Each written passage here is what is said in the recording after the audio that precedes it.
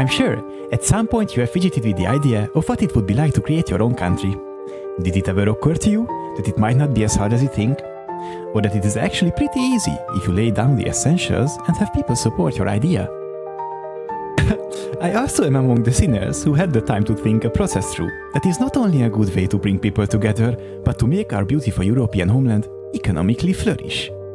When I had this thought, the spark that made it clear to me that I should spend my whole train travel with this shit is the gay.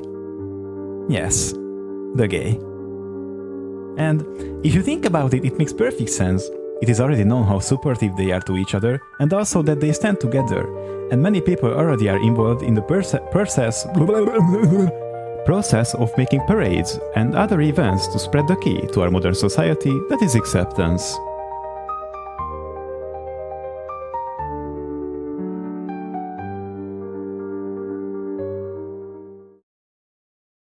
So, what do you think it would look like if the gay community would want to exploit their unity and create a country for themselves? First, you have to understand what even are the foundations of a country. We hardly can build one if we don't know what a country is in the first place. In ancient Greece lived a philosopher named Aristotle who wasn't just interested in ideas, he wanted to understand how real governments functioned out in the world.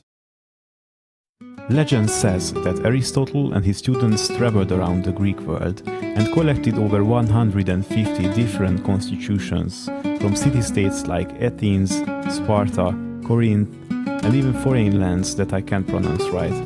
After years of traveling, interviewing politicians, observing court systems, visiting assemblies and digging through laws, he wrote a book called Politics. In it, he identified the 8 real foundations of a country.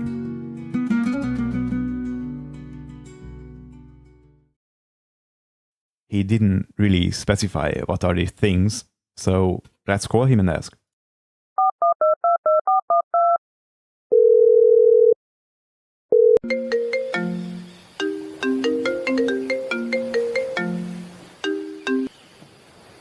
Hey, my G, Aristotle, it's me.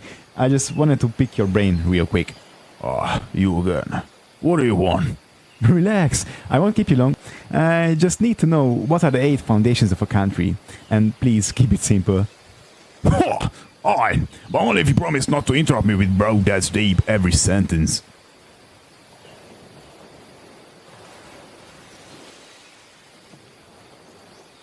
Deal. First is that every polis must occupy a place. Mountains, rivers and port shape its destiny from trade to defense. Second, there must be a population, not just bodies, but citizens who share in the life of the state. Third is a written or unwritten structure that determines who rules, how decisions are made, and what is lawful. 4. Even if the form varies, for example kings, councils, popular assemblies, there must be stable institutions of power. Without some system of production and distribution, the police cannot support its citizens or army. A state without the ability to defend itself cannot remain a state for long. Each police must relate to other states as enemies, allies, or trading partners.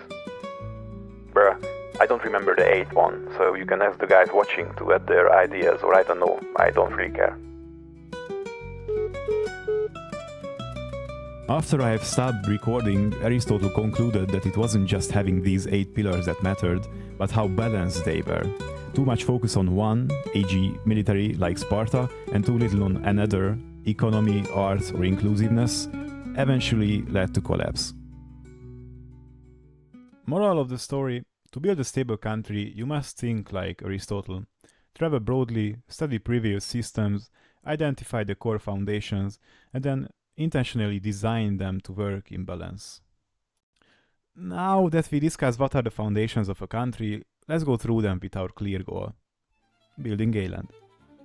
To choose a good place, we need to consider many factors. First would be to determine what the neighboring country's relation would be like with us. So let's not bother with resources yet and just try to survive. We could ask Benjamin to explain what are his thoughts on some parts of the globe and if it's a good choice or not. Hello guys, my name is Benjamin, and today I want to talk to you about geography. And if you want to move there, you live or you die. As much is said, The idea is that it would be most difficult or dangerous to establish a new country explicitly for LGBTQ plus people. The main considerations are local laws. In some regions, homosexuality is criminalized and punishable by imprisonment or even death. Cultural religious attitudes. In areas where conservative religious beliefs dominate, LGBTQ plus rights face strong resistance. Geopolitical hostility. Neighboring states might view such a state as provocation, which could trigger political or even military conflicts. So with that said, regions where it would be most dangerous to try such a project is, for example, Middle East.